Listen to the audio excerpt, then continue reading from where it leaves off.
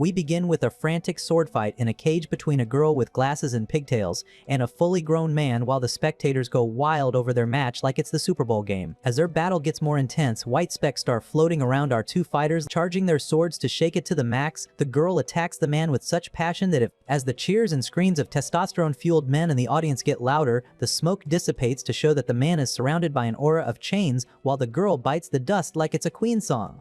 A pool of blood flows out of the girl's body, confirming that her life subscription has ended, while her glasses lay broken on the floor like me after getting rejected by my high school crush. As her soul leaves her body, the last words that she utters are an apology to someone named Ayato. Now we finally get some context that an unprecedented disaster known as the Inversia drastically changed the world a century ago by reducing the power of existing nations. Now that most of the world leaders were as unemployed as me, a new conglomerate called the Integrated Empire Foundation was established to lead this new world where people had a different sense of morality. But Inversia wasn't just a pain in the back, it also gave the world new potential in the form of a brand new species of humans called the Genestella, who have exceptional physical abilities. These young men and women participate in festas, a fierce battle sport that decides everyone's social status, most of which happens at Rika, the Academy City on Water, aka Asterisk. One of them is Ayato, who sees a handkerchief flying around and follows it. Interestingly, it very conveniently leads him to the window on the third floor of a building as he uses his Ninja Turtle moves to swing off a tree branch and sit on the windowsill to witness a sight that instantly makes him hit puberty then and there. A pink-haired 10T2 baddie has her butt out as she's trying to dress up and immediately panics on seeing Ayato. As he tries to cover up the hidden sword in his pants and explains that he only came here to return her handkerchief, she strictly commands him to turn around while she covers herself after being caught in 4K. He's still sweating like a firefighter when she demands to see the handkerchief and instantly switches up to being grateful towards him for returning this handkerchief that's apparently very close to her heart. Noticing that she's wearing the same school uniform as him, Ayato is about to drag the conversation like a reality star, activating her power to be surrounded by white specks because she wants to yeet him for seeing her in a compromising position earlier. Recognizing her as a Strega, Ayato jumps out of her window and dodges her fire attack, only for her to come after him to the ground, low-key respecting him for being able to survive this deadly attack. While she stays hell-bent on cooking him like a well-done steak for breaking into the girl's dorm, he clarifies that it's his first day at this school, which is why the whole thing is a huge misunderstanding. Giving him the benefit of doubt because this girl probably thrives on drama, she introduces herself as Julies of the Seidukan Academy and challenges Ayato to a duel, making all the students crowded around them record the whole thing on their devices, probably because they're thirsty for some likes. On TikTok, finding the whole thing completely absurd, Ayato claims that he doesn't even have a sword to entertain Julius's madness when someone from the crowd throws him a sword because no one wants to miss out on the biggest feud of the semester. As Julius informs him of the rule that whoever's school badge gets destroyed first will be the one to lose, Ayato accepts the duel and activates his second-hand sword to dodge Julius's attacks. Everyone is surprised to see that their princess's attacks haven't already roasted this newbie to a char now, and Ayato starts to earn some mad respect. When he finally retaliates with a twin dragon move which could have put this woman in her place, he chickens out due to chivalry and tackles her to dodge a light arrow that was aimed at her. Finding this so-called innocent guy on top of her, Julius turns red like the Fenty Beauty blush as he's unintentionally clutching onto her school badge that's coincidentally placed on one of her goodie bags. Just when they're about to land on the front page of TMZ, Claudia Enfield, who is the chief representative of the Red Lotus, aka the student council president of their school, shows up and declares the duel as invalid on the technicality that Ayato hasn't fulfilled his transfer formalities yet, which means that's officially not a student of Seidukan for now. Later on, Claudia jiggles her Lana Del Rey physique at Ayato to convince that he can talk to her informally since they're both first-year students and in the same grade. Trying to come off as edgy like the heroine of every coming-of-age movie, Claudia casually mentions that her super nice talking style is to make up for her black-hearted personality as she's super dark from inside. To prove her point, she does the most pick-me thing ever by lifting her shirt off and flashing him with her flat stomach with abs like Kendall Jenner. As Ayato freaks out because he's had enough share of his classmates' nudity for the day, she compliments his simplicity because she finds it adorable. Leading him to her office, Claudia begins Ayato's orientation by announcing that the only thing expected from his as a scholarship transfer student is to win.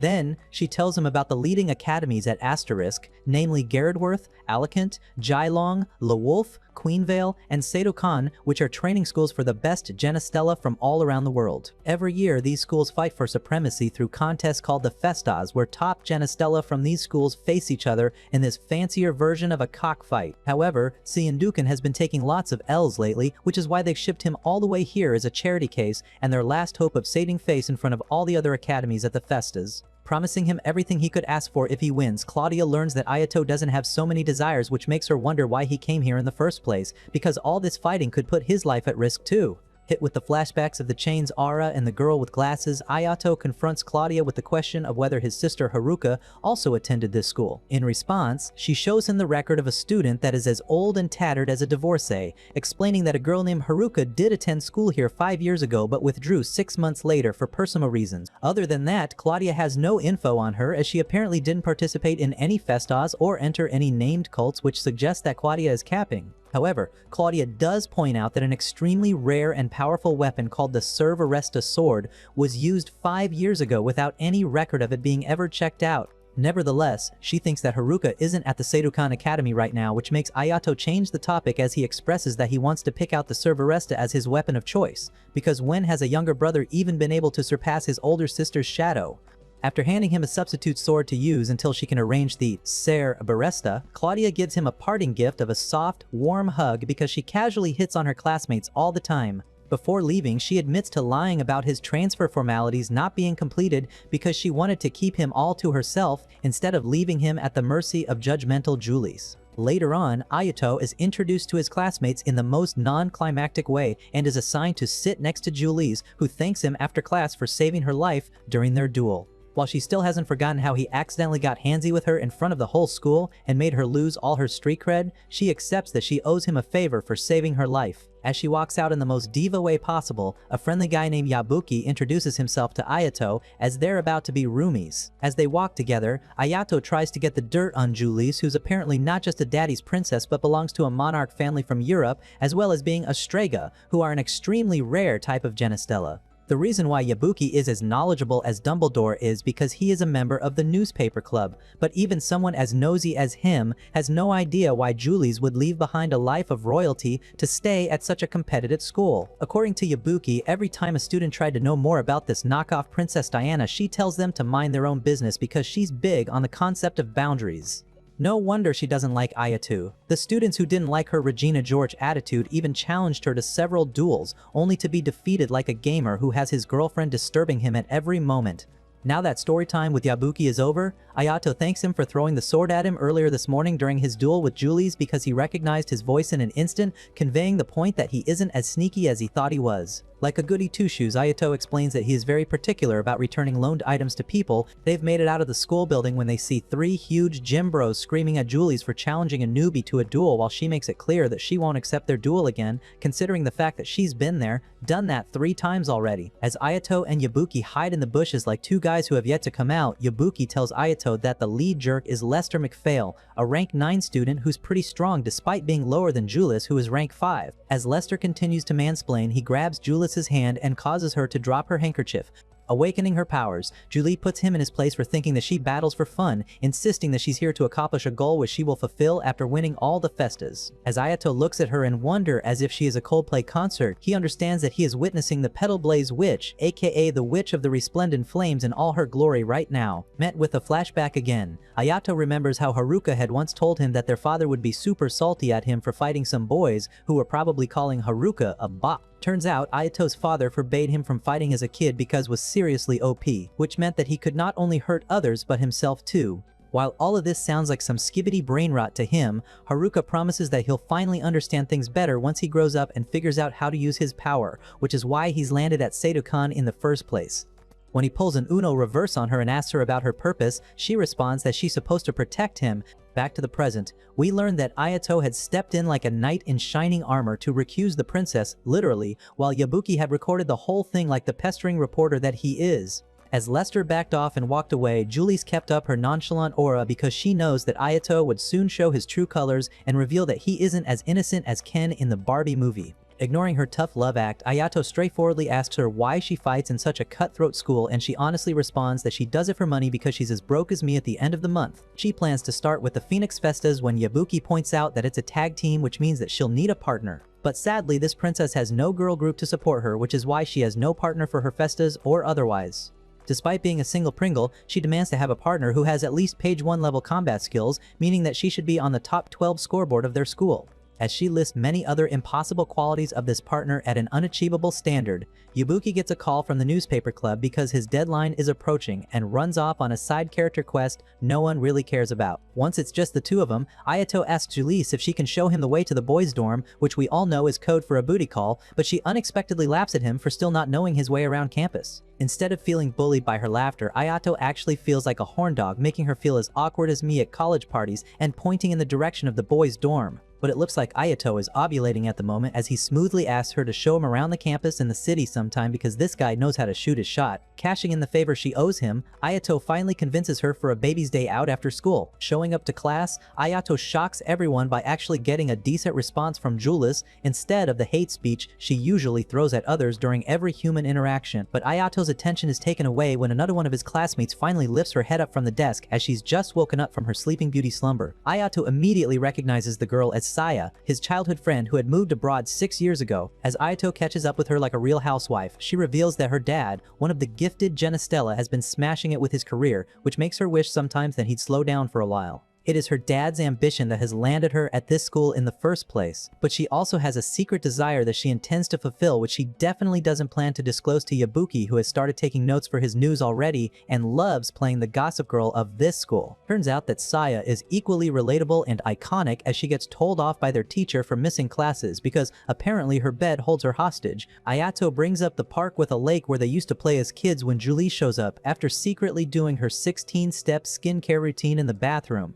As she's about to take Ayato away with him, she snaps at Saya for poking her cute little nose in their business, which makes Saya volunteer to show him around campus instead of Julisse. As the girls get into a catfight over who gets to show Ayato around their campus, Claudia shows up out of nowhere and holds Ayato's arm as if he is her husband-to-be. As she is basically rubbing herself on him, Ayato tells her to put some distance between them because he's not so big on PDA, while Claudia gets disappointed at his need for personal space. After getting a joint disapproval from both Julisse and Saya at the idea of her giving Ayato the tour, she gets down to business and hands him some documents. Signing these papers would mean that Ayato is showing up for the compatibility test tomorrow to see whether he can equip Serveresta. Detecting possible beef between Julisse and Claudia, Ayato asks if they're friends, only for Julisse to answer that they're only acquaintances who keep running into each other at the Vienna Opera House ball. Once Claudia is gone, both Julisse and Saya get jealous of her Sydney Sweeney body while they're both flat like Zendaya, which is why Ayato proposes the idea of the both of them giving him the tour together. As Julisse shows Ayato all the useful spots around campus, Saya also learns about so many places she'd never discovered before, only to trigger Julisse even more for being a freeloader. When Ayato runs off to fetch some drinks for the girls, Saya interrogates Julisse and learns about her history with Ayato, refusing to believe that she can still walk straight after a duel with Ayato. Saya warns Julisse that she may be powerful, but she is no match to Ayato's strength, bruising Julisse's fragile ego so much that she decides to challenge Saya to a duel instead. But just as Julisse is about to make the official announcement of the challenge, the same light arrows that targeted her during her duel with Ayato come at her from nowhere. Barely dodging them, Julisse pulls herself together as she has been a master procrastinator instead of tracking down her hunter. She retaliates at the hooded guys, but they dodge it effortlessly when Saya literally drops a bomb on them through her grenade launcher, making them sing "I Believe I Can Flies" as they fall several feet away from the girls. The fight leaves the girls dripping wet as they have destroyed a fountain that has rained on them. That's when Ayato walks in on them and sees them looking like the two girls from that Keanu Reeves movie called Knock Knock and turns his head away out of respect so that they can cover themselves up. While Julisse loses her marbles over this embarrassing moment,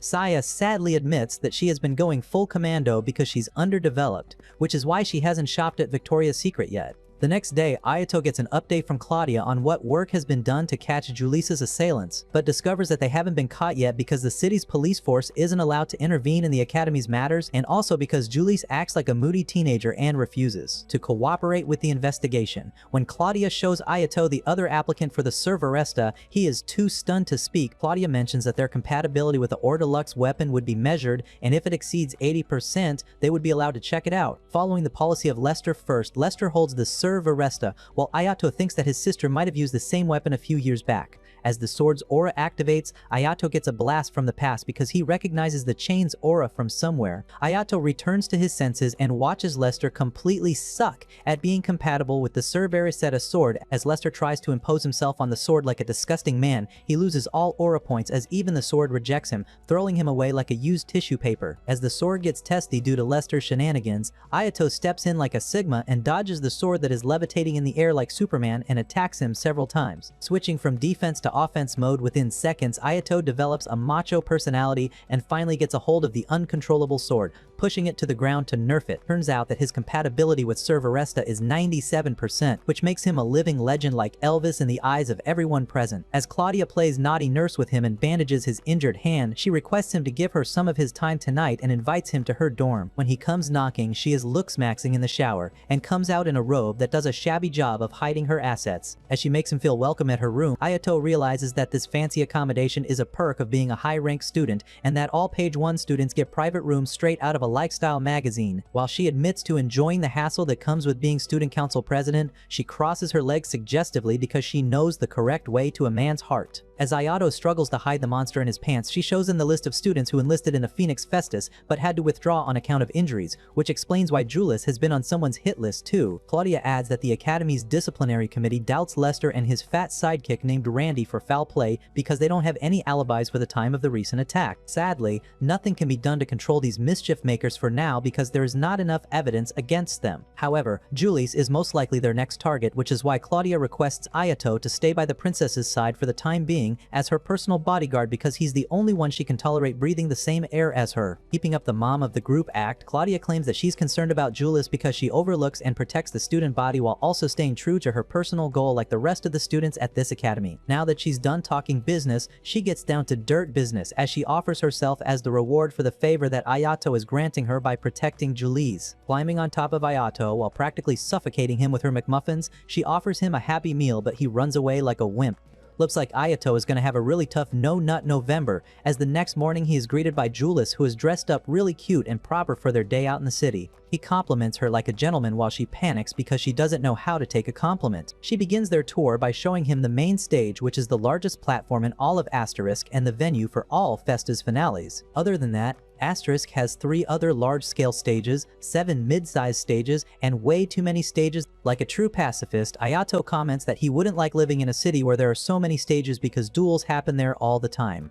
Agreeing with him, Julie stops at a fast food joint which is basically a knockoff of McDonald's and decides to have lunch there. As Ayato watches her make love to her burger, he questions if she is really a princess because of her hoodways. She explains that her friends from back home recommended this place to her, which surprises Ayato as he never thought that someone with Jughead Jones energy could also have a group of friends. Getting serious, Ayato brings up Claudia's point and persuades her to not be on her own all the time because it's unsafe for her, but she resists because she doesn't want to change her lifestyle because of some losers who think they're in Assassin's Creed. Just as she finishes delivering her speech about how she's a strong, independent woman, Lester creeps up on them as he has been eavesdropping like the FBI. Running like a broken record, he insists that Julius should duel him again so that he can finally satisfy his fragile male ego when Ayato takes a stand against him. Criticizing Lester for making a scene in public, especially when they all know Julius has been in danger lately, Ayato disses him like Kendrick and refuses to duel him unnecessarily. As Lester starts to tweak in anger, his sidekick calms him down by assuring him that everyone knows he's respectful enough to not sneak attacks on someone and fight them with honor instead through duels. After Lester and his gang finally leave, Ayato and Julius spend the rest of their day having fun and going out like an Instagram couple. They are passing by a park when they see a group of boys shouting at each other as if they are having an impromptu rap battle, and Julius tells Ayato that these students from the LeWolf Academy. Just as Ayato moves closer to see why they're all lagging, Julius gives Ayato the chat, where cooked signal because it's a common trick used by the Lei Wolf students to stage a fight to lure in their target and then surround them. As they shoot a light arrow at Julius, Ayato guesses that they were the assailants when Julius explains that they usually do these Suze tasks when someone is promising them G's. Planning to grill these hoodlums like BBQ on the 4th of July, she throws flames at them until they are all a pile of burnt trash, after which she picks one of them to ask about who called a hit on her. The guy with a mohawk doesn't look so gangster now as he explains that he didn't know the guy who paid them, except the guy was tall and burly and dressed in all black. Exactly my type. The Mohawk guy is still mumbling like an idiot when he spots the mystery man hiding behind some trees and points in his direction, causing Julius to chase him like a cop after a hood rat. Once she's in the woods, the guy keeps attacking her, and when Ayato runs towards her, they realize that it is actually 3 people who are dressed like ninjas and are out for their blood as they almost get to Ayato too. Once our Ninja Turtles have escaped, Julius looks at Ayato, whose clothes are shredded at this point, and even his sword has been destroyed in the process of dodging a light arrow. Before they go their separate ways, Julius tells Ayato to come to her room later on because these girls just can't meet guys in cafes like normal people. When Ayato pays her the nightly visit, the first thing she asks him to do is strip that down for her. As he panics at her sudden change in behavior, Julius realizes that she's coming across as really easy right now and clarifies that she called him here to fix his torn clothing. Understanding that Julius doesn't want to be indebted by him even further, Ayato hands her his overshirt, which she begins to sew like a grandma. He guesses that sewing is another skill that Julius learned from her friends back home and picks up a framed photograph that shows Julie as a kid with all her old friends. As if she wasn't giving major granny energy already, Julius starts narrating a childhood story Ayato didn't even ask for, as she tells him how she used to sneak out of the palace as a kid to explore the city. One day, she got lost in the slums and realized that she's not in Kansas anymore when a group of PDF files cornered her in a dark alley and all she could do was sob helplessly. She really thought she was done for when some girls intervened and saved her royal butt, befriending her for life. Those girls were from an orphanage in the slum and didn't even know at that time that Julie's was actually a princess. But the nuns must have known because nothing gets past a nun. Even though the orphanage was funded by an organization established in Julie's late mother's name, it lost its funding over the years, which is why Julie's is here in asterisk to earn enough money for the survival of her soul sisters with no parents. Ayato has also been thinking what we've been thinking, as he points out that she is literally a princess, which is why she shouldn't have to earn money but simply use her country's wealth to fund the orphanage. But Julius proves this peasant thought process wrong, as she explains that she can't use the country's wealth as she pleases because her country is under a puppet regime of an integrated enterprise foundation which won't fund an orphanage unless it's profitable for them. Julius goes on to yap about how they are all used as circus animals to come to this city and battle each other for people's entertainment just so that the boomers can make all the money. But Julius is also here to pave her own path and get that millionaire lifestyle, only so that she can ensure the survival of her orphanage buddies. Now that Ayato's shirt has been fixed and I've been bored to death, she gives him his shirt back while also explaining that her handkerchief means so much to her because her friends from the orphanage gave it to her a few years back on her birthday. All the girls took turns embroidering that handkerchief, but it means a lot to Julius, who always keeps the handkerchief with her. The next morning, Ayato steals a glance at Julie secretly reading a note which has supposedly asked her to come somewhere alone. She acts nonchalant in front of Ayato and later on gets out of class early as if she is going to meet her sneaky link. Disappointed that Julius is back to her old loner ways, Ayato rats her out to Claudia, unaware that snitches get stitches. Claudia and Yabuki guess that the letter was from the people who have been after Julius, which makes Ayato go deeper into his narcissistic disappointment about why she didn't come to him first about this matter. Getting him out of his Billie Eilish listener phase, Claudia assures him that Julius must have kept this a secret to protect Ayato, which proves how much she actually cares about him. This weirdly reminds him of how he and his sister had sworn to protect each other. Fueled by a desperate need for female validation, Ayato rushes out of the school to go after Julius and help her, while Claudia hands him the Serve Arresta to officially start his journey of being a W guy. As he does a Naruto run towards Julius, he silently thanks her for showing him what he is supposed to do and solving his existential crisis. Julie shows up to an old construction site all alone, only to be showered by a huge rock of debris. She effortlessly protects herself from it and challenges her opponent to come out. The guy finally reveals himself to be a nobody loser named Silas Norman, who is one of Lester's less noticeable henchmen. Turns out that Julius was smart enough to guess her true enemy in the form of Silas, as she noticed a slip of tongue from him when he prevented Lester from acting out, giving away the fact that he was present during Julius's attack when she was about to duel Seiya. Now that she knows who the imposter among us is, she commends Ayato for cooking up Lester and creating a dramatic situation which gave away everyone's true intentions. Now that Silas has dropped the lore on how he is the bad guy after all who wants Julius to withdraw from the Phoenix, Julius draws her sword to activate her man-hater mode when Lester makes a surprise appearance. Not only has he seen Silas's true colors, but he's also been punked into showing up here, as he was falsely told that Julius has accepted his duel and wants to fight him here. As Julius catches up Lester on how his supposed best friend has been selling out his own schoolfellows to do the dirty work of some other academy, Silas shamelessly announces that he plans to Who framed Roger Rabbit Lester for all of Julie's attacks and eventual death, which rage baits Lester into taking out his weapon. Within moments, he is surrounded by Silas's hooded men who strip off to show that they're actually puppets being controlled by Silas. Lester sends all of them flying off nevertheless in a single attack, but these guys are unstoppable like that Sia song and start shooting at Lester like they're at a high school in America. When Lester gets up again, Silas surrounds him and Julie's with 128 of his Terminator knockoffs. Lester gets buried under the pile of those puppets like a rugby player, while Julie's puts up a good fight only until a bullet hits one of her thick thighs. As she is slammed up against a wall in a way she definitely doesn't enjoy, Julie's plays detective and flexes that she has figured out that Silas is working for the Alicant Academy, as only they can the potential to mass-produce such weapons to withstand the Genistella. Kicking her wounded thigh for funsies, Silas orders his DIY soldiers to finish off Julie's when Ayato shows up to save the day and fulfill his hero complex. Even though he saved her pretty butt for a millionth time now, Julie still acts like a Karen and argues that she's capable enough to handle this on her own when we all know that she's capping.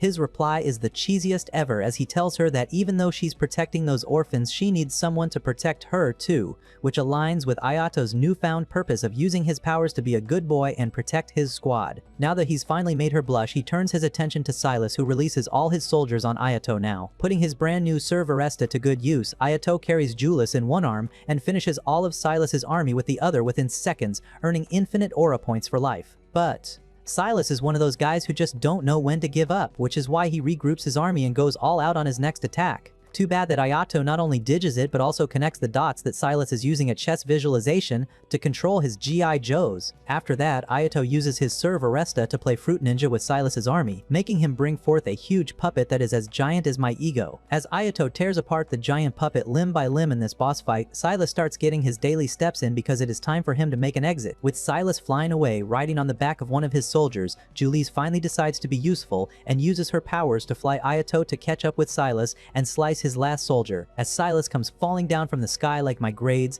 he survives the fall because of being a Genistella, but he already has Claudia waiting for him with her weapons because she needs a boy toy to play with as well. Still levitating like that, Ayato and Julie's enjoy the glorious view of a beautiful sunset, looking into each other's eyes when something hits Ayato, making him scream because some invisible chains seem to wrap around him and suffocate him. After passing out, Ayato remembers the moment Haruka had sat him down one day when they were kids, apologized to him, and then unleashed the chain's aura on him, which made him feel trapped and suffocated as she was using her circular shackles to imprison his savage force that makes him so OP. After that, Haruka hugged him, told him she loved him before she said goodbye because she was apparently going off somewhere to protect him. When Ayato returns to consciousness from his trip down memory lane, Julie's is towering over him like a worried mom and assures him that Claudia has already sent help their way. Since Ayato doesn't even have the strength to get up or move, he lays still in Julie's lap, which she honestly doesn't mind. Julie's asks Ayato who put the restraining spell on him and holds his face to make him look into her eyes, which is why he admits that it was his own sister whose power was imprisonment, the ability to forcibly bind anything. So basically, she has put a parental lock on Ayato's true power, which is why he can only use it for a limited time. He lasted for 5 minutes today, which is more than what could be said for most guys, but it's the longest he's used his power for before being restrained. He doesn't really know why his sister did that to him because she went MIA 5 years ago, but he understands that she must have had a solid reason. Now that he's practically in her lap like a lover, he offers to be her partner for the Phoenix Festa, even though he's nowhere close to the list of her dream man. Even though she appreciates his offer, she tries to make him understand that his normal power won't be enough for the festas, and using his savage power would drain him after every match, which she doesn't want to happen. But he's simping so hard for her right now that he doesn't care about any of that, making her face turn into a tomato with makeup as he calls her out for it for his amusement. As she finally caves in because she's in heat, they agree to be partners for the Phoenix Festa. On the other hand, Silas is hunted down by Claudia, who takes him out before handing him to Sedokan's secret force called the Shadow Stars, and one of them is none other than Yabuki, who knows that Claudia isn't making the matter public because she plans to keep the Alicant Academy in Sedyukan's debt. As they're both plotting and thinking they're so slick for successfully pairing up Ayato and Julie's, the Alicant Academy is spying on them like the FBI through a CCTV street camera, as they have gathered data on Sedyukan's fighting techniques to further train their super soldiers.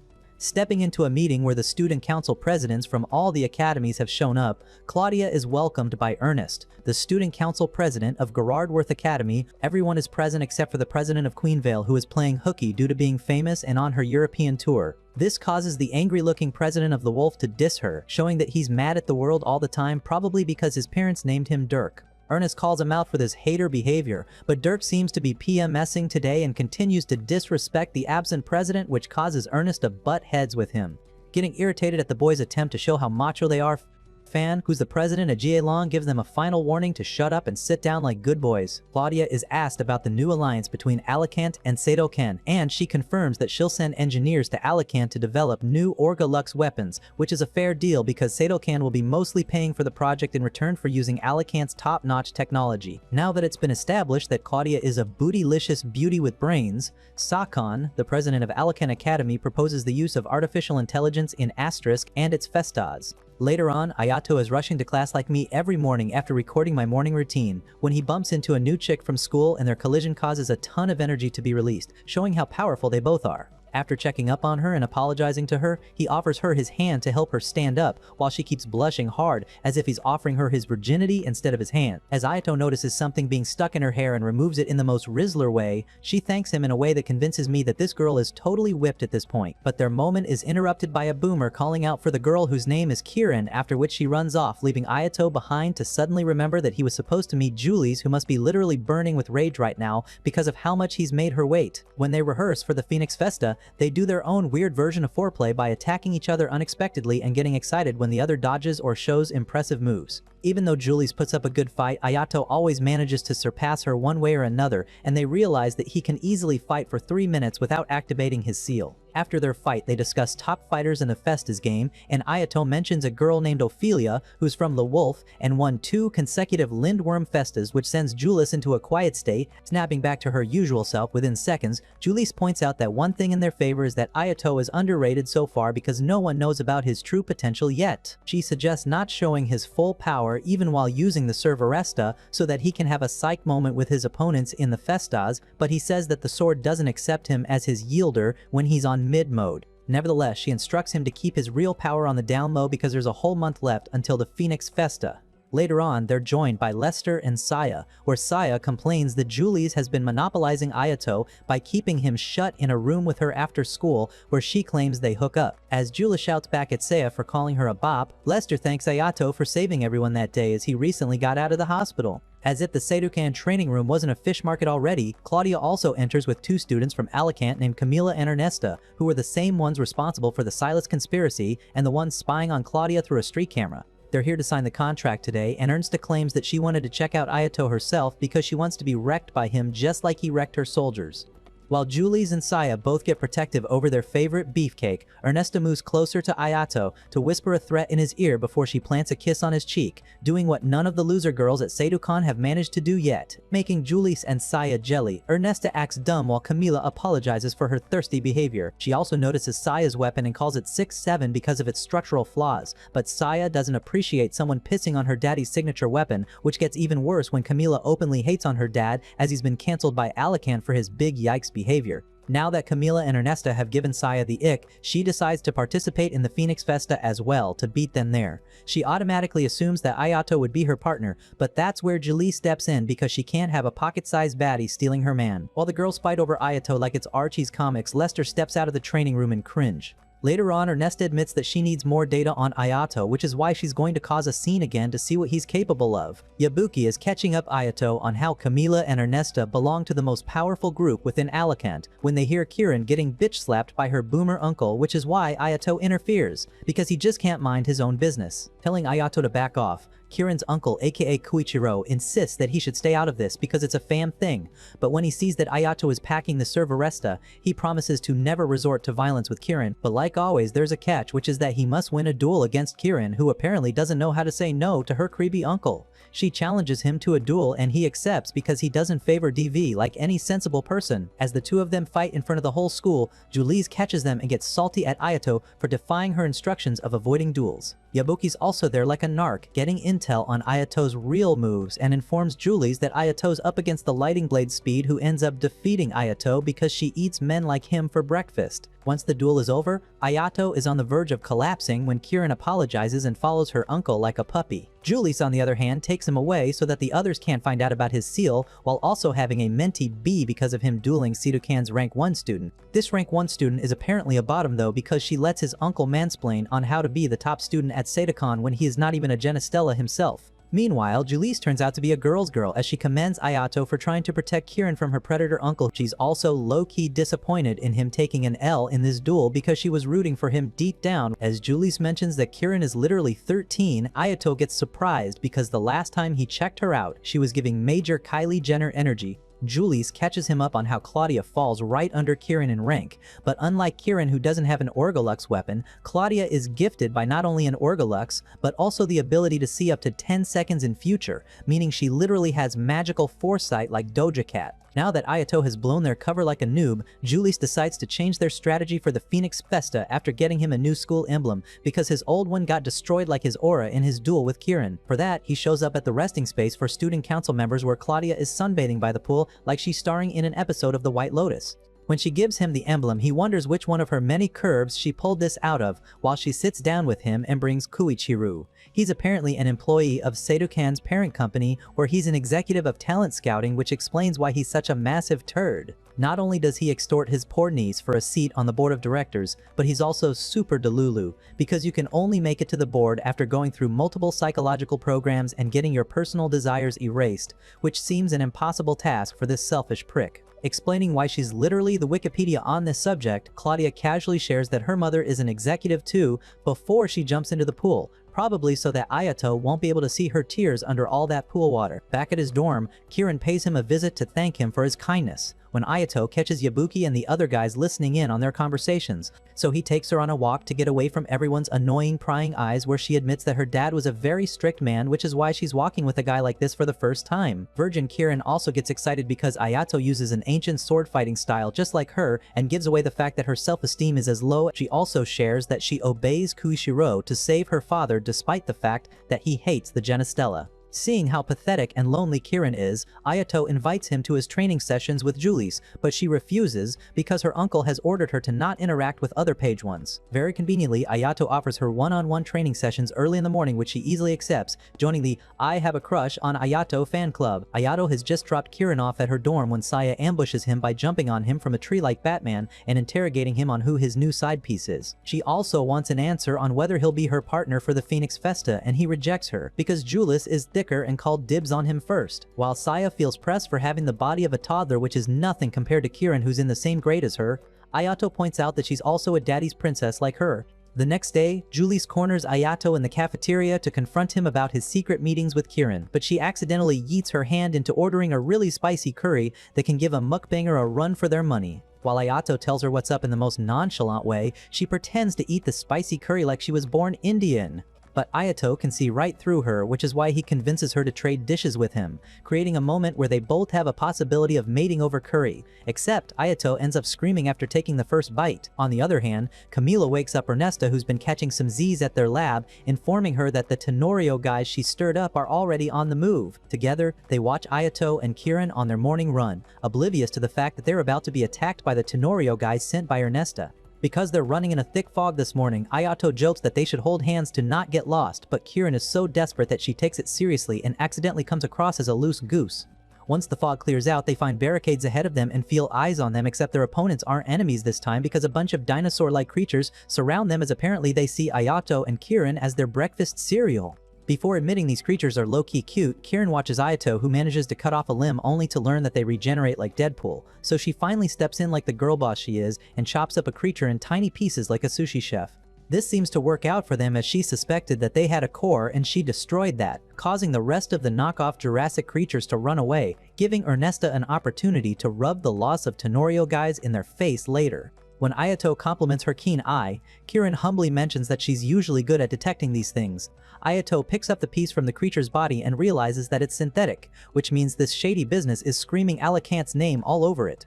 Their Sherlock Holmes and Watson bit is interfered when the creatures return and do a surprise attack, causing Ayato to jump and dodge them, accidentally crossing the safety barricade. The ground beneath his feet collapses and he starts to fall into the abyss when Kieran grabs his hand and tries to pull him up. but she's clearly not built for this heavy-duty lifting, which is why the ground under her gives in too and they both come falling down like Humpty Dumpty. Ernesta and Camilla's reaction to this fall during their surveillance reveals that this was only the first part of Tenorio's plan, and that there's even more messed up stuff in store for the two most OP fighters at Seidokan.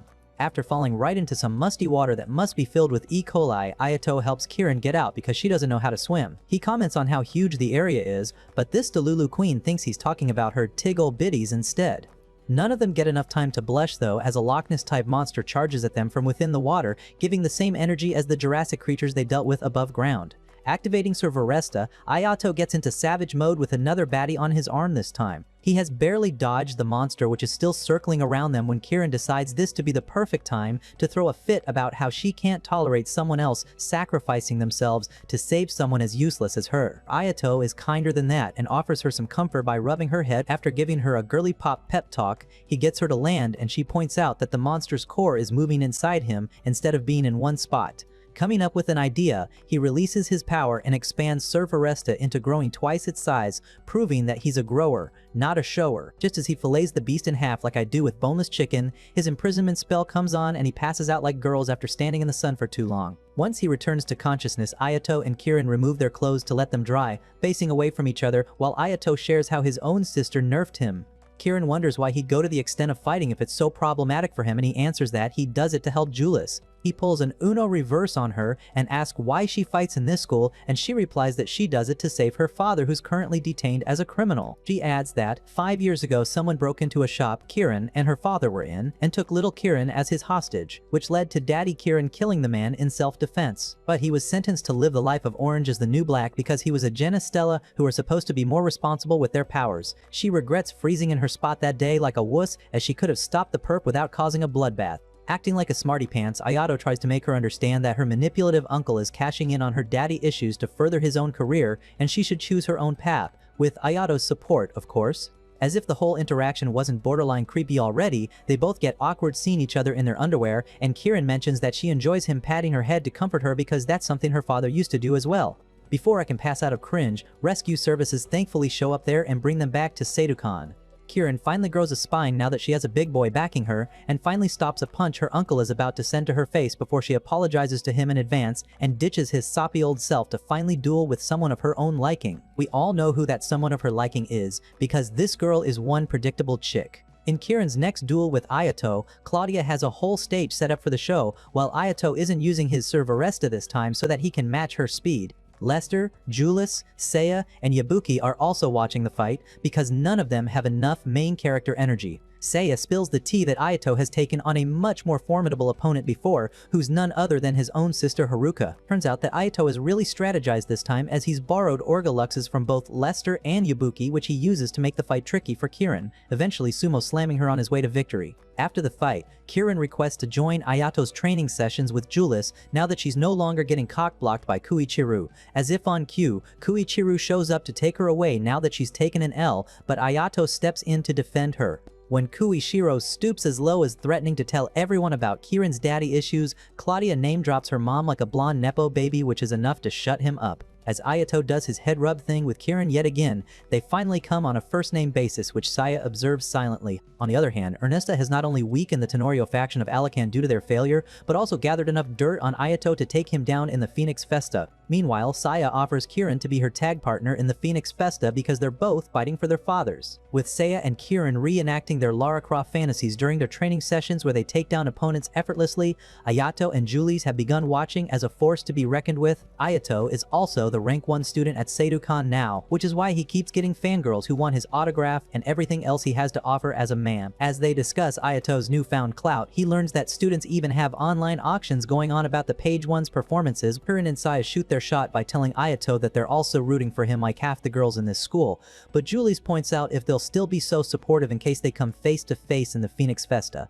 All feelings aside, the girls plan to bring their A game, which is why Ayato suggests that they should train to be in sync since they're both so powerful individually. This is why Saya announces that they won't come to the upcoming training session and will spend the day bonding. But Saya actually has the personality of Wednesday Addams, so she doesn't really know how to bond with someone, and Kieran is even worse because she's been living under a rock her whole life. Saya mentions that she needs a shopping partner to recreate her Pretty Woman moment because she has the directional skills of a drunk college girl. So Kieran joins her on her trip to the city to buy a present for her father whose birthday is coming soon, but this man apparently has no personality, which is why they can't find any interesting gift for him. Sitting down, they discuss how Saya's the daughter of a mad scientist, which is why all her luxes are handmade by him as he gives her a new gun on every birthday. This gives Saya an idea, and she shows Kieran the location of a shop outside the business district that's in a super gritty, shady area. They go to the pawn shop for luxes, where Saya gets a gun with a super rare generator that's similar to her dad's technology, proving that she's all about that thrifting lifestyle. Later on, Saya gives Kieran a swimming lesson so that she can impress Ayato by being an independent woman the next time they end up wet and soaked.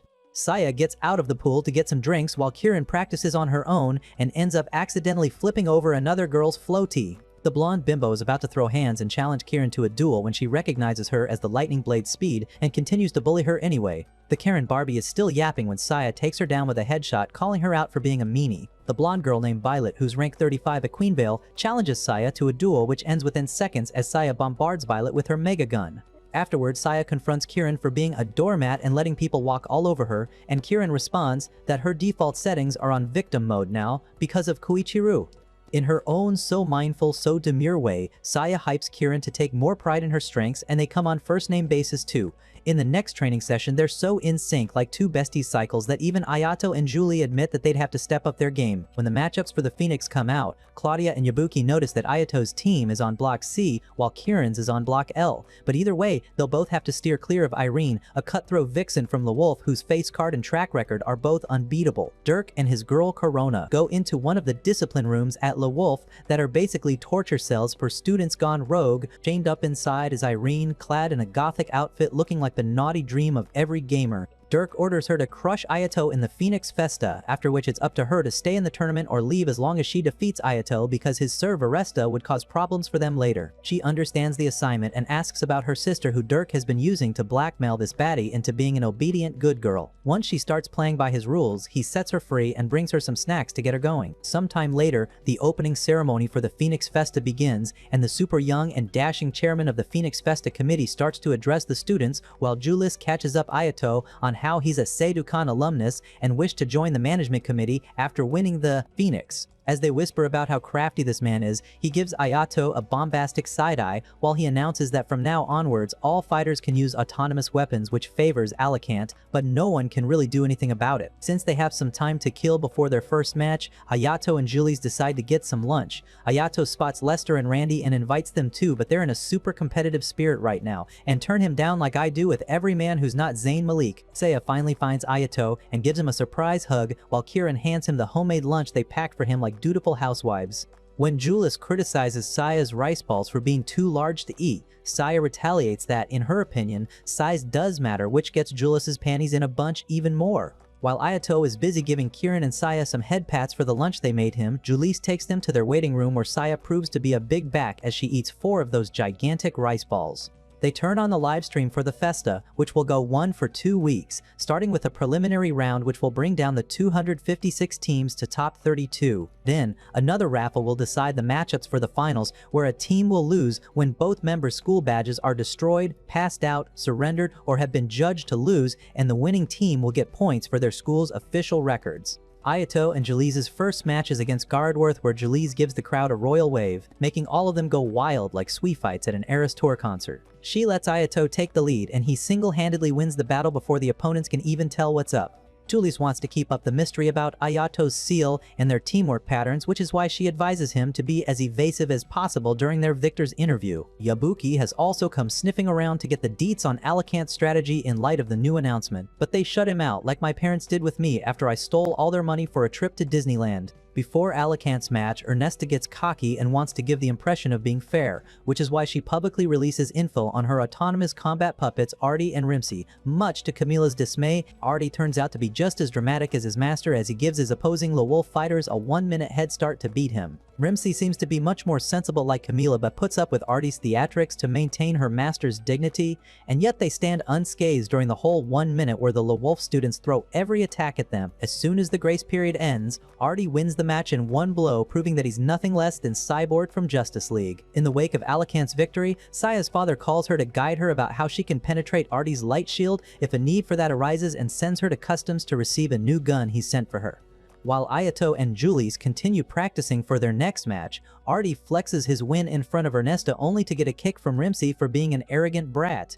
This makes Artie question why he's programmed to be helpless in front of Rimsey when their powers are equal, to which Ernesta responds that she's a girl's girl and is big on girl power, which is why she's designed Artie in a way that he can never win against Rimsey. But what this pseudo-feminist intentionally leaves out is that she's made Rimsey to be Artie's limiter. Ayato and Julius are on their way back from a practice session when they see Irene beating up random men on the street just because she can. When she spots Ayato in the crowd, she is about to pick a fight with Julius, but her goody two-shoes sister named Priscilla shows up there to discipline her. She apologizes on Irene's behalf because she's a pacifist and takes her sister away. Julius later stalks Priscilla on her database only to learn that she's unranked and basically a nobody, which is why the only info available about her is that she's Irene's tag partner. Julius admits that she intentionally provoked Irene to get clues on why she was targeting Ayato, or what sinister scheme LeWolf could be cooking up. As Seiya and Kieran's match starts, Seiya is slightly upset as everyone mistakes her for a minor due to her being built like a fridge, and also because she doesn't see Ayato in the audience yet. Kieran assures her that he's on his way and shifts her attention to their competitors who look quite competent. As their match begins, Kieran takes down her opponent while Seiya keeps fighting hers until she decides it's enough and finishes him with a gun blast brighter than my future.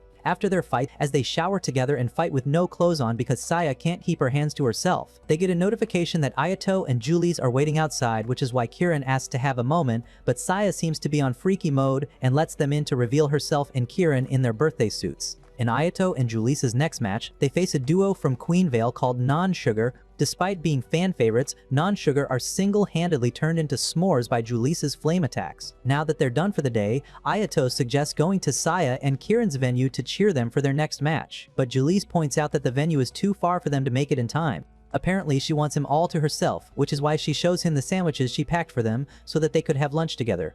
At this rate, Ayato's going to have all 3 meals served by his fangirls. Looks like Julius went through all this trouble because she's also fining for that sweet head rub of his, and once he finally gives it to her, she feels like all's right with the world again. They watch Lester and Randy's fight against Irene and Priscilla, where Lester keeps moving to avoid Irene's gravity attack because he knows that her Orga Lux drains her the longer she wields it. But Irene is far too familiar with men hating on her for no reason, which is why she swiftly immobilizes Randy.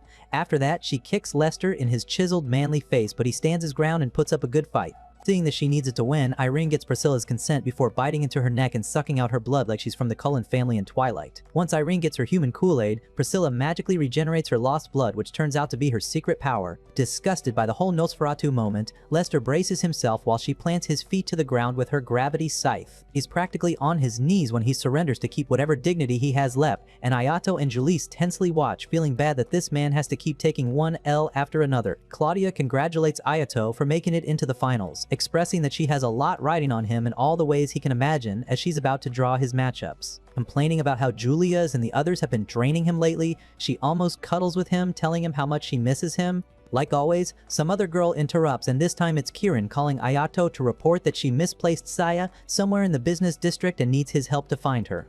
Just to get him concerned about her, Claudia acts mad for him not spending more time with her, but then laughs it off because she isn't petty like that and has tons of huzz. She makes him promise that he'll make it up to her later, and Ayato agrees, not knowing how freaky she can get when she wants to. Ayato is searching the streets for Seiya when he runs into Priscilla, who's being chased by a group of Neanderthal the Wolf students. Ayato manages to recuse her. She tells him that they were probably after her because of the commotion Irene caused at the casino, but she quickly realizes that she's being a pick-me by dissing her own sister in front of a random guy, which is why also defends Irene by saying she's deep down a softie who must be on her way to save Priscilla right now. As if on cue, Irene shows up, foaming at the mouth at the sight of Ayato because she mistakes him for harming Priscilla. Even though Priscilla tries to set the record straight, Irene can't imagine an enemy being nice for no reason, which is why she's about to tell Priscilla to hold her hoops. But pushover, Priscilla finally speaks up and tames Irene to ensure she won't fight Ayato, giving him time to call sight and realize that Kieran has found her already. To settle the score with Ayato for saving Priscilla, Irene shares the latest matchups with him, after which she goes to Dirk and calls him out for not holding up his end of the bargain and ensuring Priscilla's safety. Turns out no one really cares about Priscilla's safety just because she's a regenerative and can easily grow back the organs she loses, which gets Irene all hormonal and she tries to attack Dirk.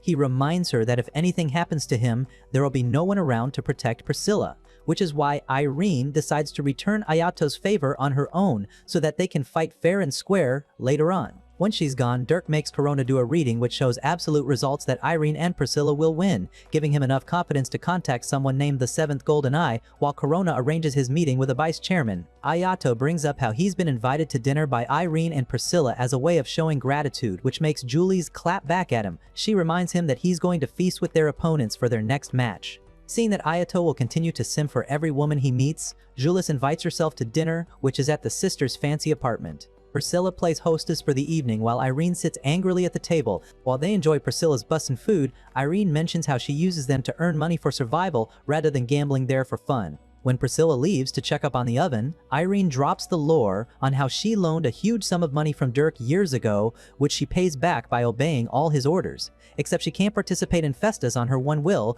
or use their prize money to pay off her debt, basically making her a lifelong slave. To return the favor, she openly tells them that she's only doing the festa to destroy Ayato on Dirk's command because he doesn't want the serveresta coming in his way like it did when a female student was wielding it years ago. This rings so many bells in Ayato's head that he feels like it's Christmas already, but he doesn't say anything in front of the girls because he gotta keep up his chill guy act. Seeing Irene's dynamics with Priscilla makes him miss Haruka even more before he says bye to Priscilla, who trauma dumps on Ayato, and Julius about how Irene only fights for her sake and how she sometimes feels scared when Irene wields the gravity scythe and it seems like the weapon is controlling her, instead of the other way around. On their way home, Julius instructs Ayato not to go soft on the sisters a day before their fight just because he's listened to their sob story before heading to her room. Ayato, on the other hand, gives Claudia a late-night booty call and goes to her room because he needs a favor from her. When he gets there, she seems to be in some trance-like state. She attacks him out of nowhere and is about to impale him with her twin swords when he touches her and calls out her name, waking her up and bringing her back to her senses. She apologizes to him and requests him to join the Griffin Festa as part of her team next year, and he agrees on the condition that Julius can also tag along. Now that they're teammates, she finally gives him the juicy goss on how every time she sleeps, she dreams the exact moment of her eventual death thanks to her weapon. The messed up part is that every dream involves a different scenario of her life subscription ending, which is why no one was able to withstand wielding this weapon before her. Now that she's oversharing in her vulnerability and clearly has the word vomit, Ayato tries to find out what her ultimate wish is. But she's smarter than that and keeps up her mystery. Playing Curious Cat today, Ayato also picks her brain on how each of the Orgaluxes have personalities of their own, with Serveresta being noble yet somewhat rebellious. Claudia's Pandora has the darkest personality to match her own black heart, and Grabby Scythe is possibly dangerous as it has not only influenced Irene's personality, but also turned her into a literal vampire to fulfill its own bloodthirst. Now that he has what he came here for, Ayato takes his leave like a typical 21st century man, despite her seductive invitation to spend the time, which low-key slaps. As Ayato heads back to his room, Julius and Claudia both manifest his victory while Priscilla gets new worry lines on her face because Irene hasn't returned home yet. Meanwhile, Irene is taking a Kardashian-inspired vampire facial after ending all the wolf guys who could lay a hand on her baby sis. Irene had to be this way since their hometown was plagued by war during their childhood.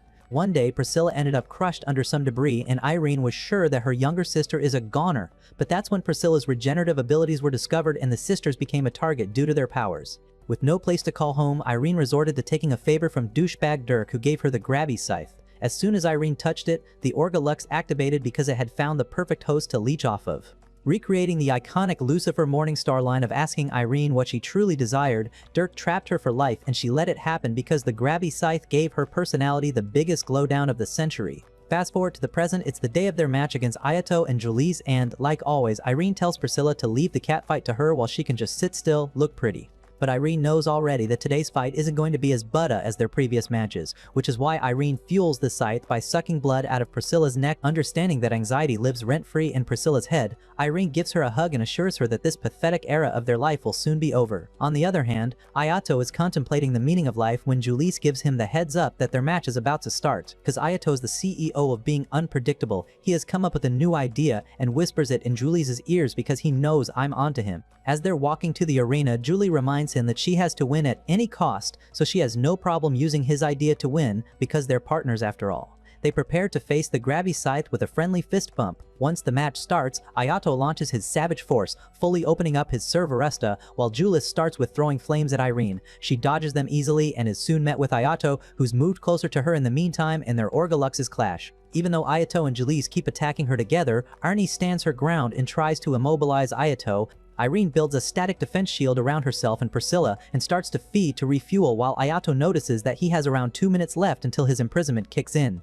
Julie signals him that she's ready for his idea and that now's the time to act. So while she distracts Irene with her flame attacks, Ayato locks in and targets the grabby scythe with his serveresta, causing a huge energy surge that throws both of them several feet away. With his idea turning out to be a bust, Julice points out that they're running out of time and delivers her most powerful attack that literally digs a crater into the arena. But as the smoke subsides, it appears that the scythe somehow guarded Irene, much to Priscilla's relief. She runs to Irene to check up on her while Ayato gets nerfed by his imprisonment. In a true what the heliante moment, Irene loses all control to the scythe, immobilizing everyone in the ring including Priscilla, who's on her knees and begging like that Manskin song. Playing hero as always, Ayato slowly takes a few steps towards Irene using all his might while screaming at her to regain control and hold on to what really matters to her. This brings back Irene, but only for a few seconds, during which she drops Priscilla and starts emitting major energy while levitating in the air like some possessed girl from The Conjuring. At that moment, Serveresta decides to give Ayato the nickname of Jet 2 Holiday because nothing beats a Jet 2 holiday, which Serveresta ensures by showing him the memories of when Haruka was wielding the weapon and was in a similar situation like this. Getting a major power boost from Serveresta, Ayato puts his all in and breaks the grabby scythe's core so that it won't be such a parasite to Irene from now on. Now that her Orgalux is destroyed, Irene also passes out, marking Ayato and Julius as the winners of this match. Now that he's fully drained, Ayato also passes out on live TV while Dirk watches, recognizing him as Haruka's brother while he contemplates taking Ernesta's help to avoid Jie Long's involvement in his sinister scheme. At this point, Ayato has all eyes on him, especially those of the presidents of all the academies, who seem to have cracked his weak spot now. Priscilla wakes up in a hospital because Irene had drained too much of her blood like a typical greedy sibling, and feels super relieved when she finds out that not only Ayato broke the scythe, but that Dirk also didn't punish them for it. Finally growing a pair, Priscilla decides to not be a liability anymore and fight alongside Irene so that they can repay their debt as soon as possible. Now that Ayato is super fragile like my heart, Julice feels concerned about him, but he turns this worry into butterflies by smooth talking her. He decides to fight off his seal once and for all, and she grabs his face, making him promise that he'll let her be there for him because they're partners after all. Our girl Julie is finally about to score a kiss when her bad karma catches up to her and the others walk in to check up on Ayato and ruin the moment. As Ayato gets to feel their cushions one after the other, they all fight over who gets to nurse him back to health, while Yabuki stands outside wondering how this tournament will end and why life is so unfair.